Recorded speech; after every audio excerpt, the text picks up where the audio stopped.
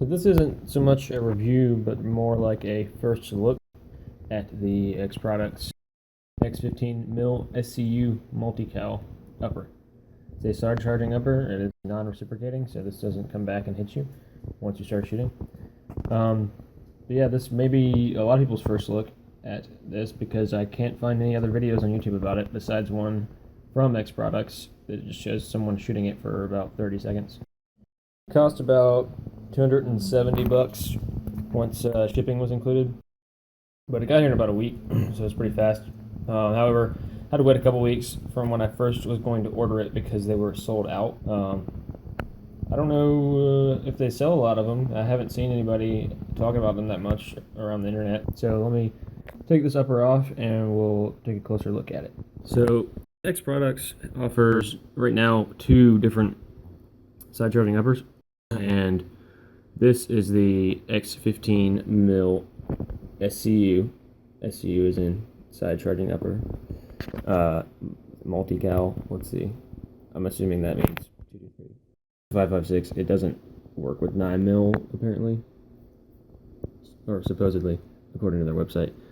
But the other one is their 9mm, and it doesn't have a dust cover or a shell deflector or a forward assist. Now, I will probably never need to use this. This is obviously kind of useful, but on a toy, I mean, if you're having a side charging upper, it's probably going to be just a range toy anyways, so you don't really need, I don't think you really need a dust cover or forward assist, but I just don't like the way AR uppers look without them, so that's why I wanted to get this one. Show you a little more, if I can, about how it works inside there. Let's see this flashlight. So there's the actual piece that engages the ball carrier right there underneath the gas tube thing. So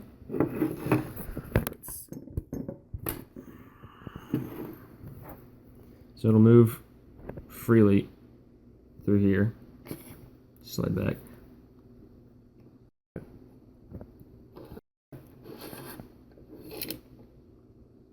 And you can maybe see there's like the little channel that it runs along up there, which is, would normally not be part of an AR-15 upper.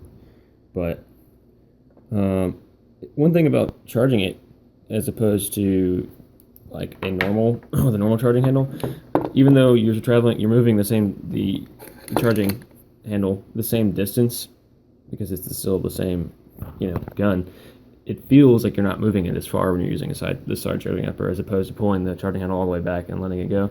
This feels shorter.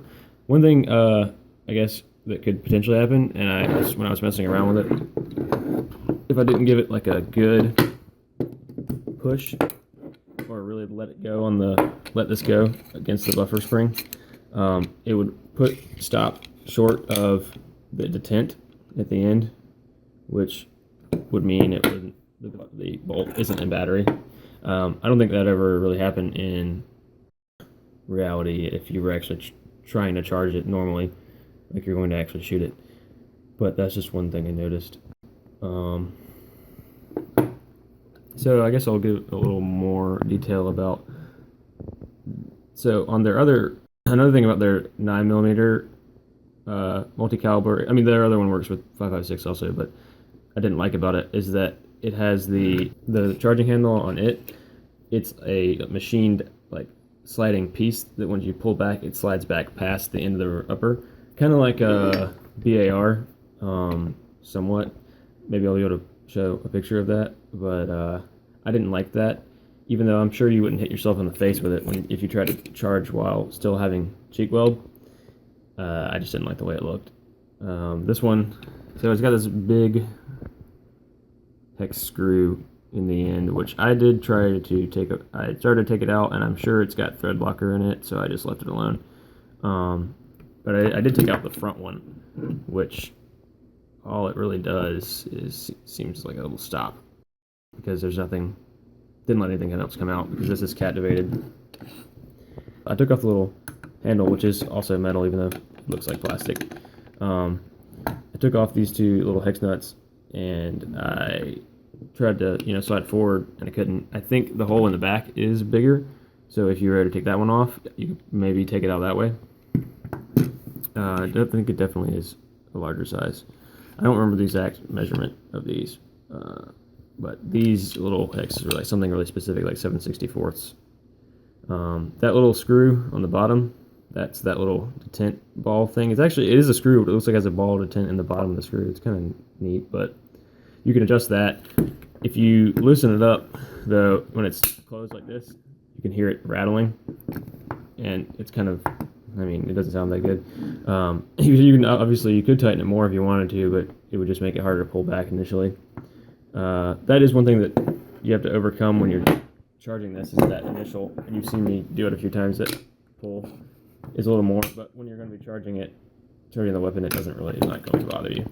So, but that little spring, I guess that's just another,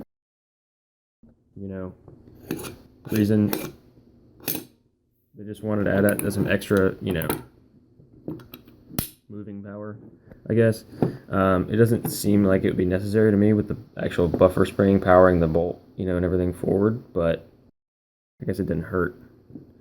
So, one of the things that, the downsides of this is, you can see how this has the upper specific cut to fit the bolt catch release. So that what that means is, if you had a Magpul bad lever, you can see the profile of it, it would not fit into that catch, and I tried to put it on here and it didn't work. That's what that little scratch right there is from. And just for a comparison, you can see just charging a regular AR, it does seem to take longer for some reason, but just to have the bad lever.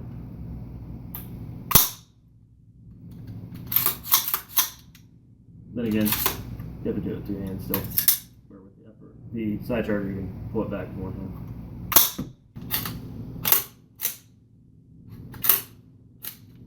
You can see it's pretty easy.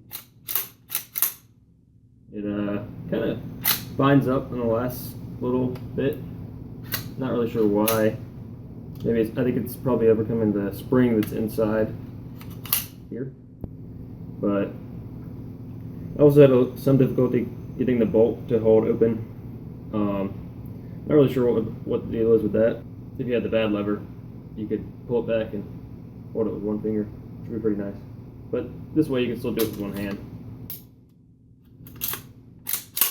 The side charging upper it's a really matte, kind of rough finish, which is fine because it matches up pretty well with the Anderson lower. But this is a PSA upper, and it's a lot smoother. But I also have the Anderson lower on this one, so you can see that there's a difference in finish between the two. But it's not that big of a deal unless you really care about having them matching. So that's what that looks like.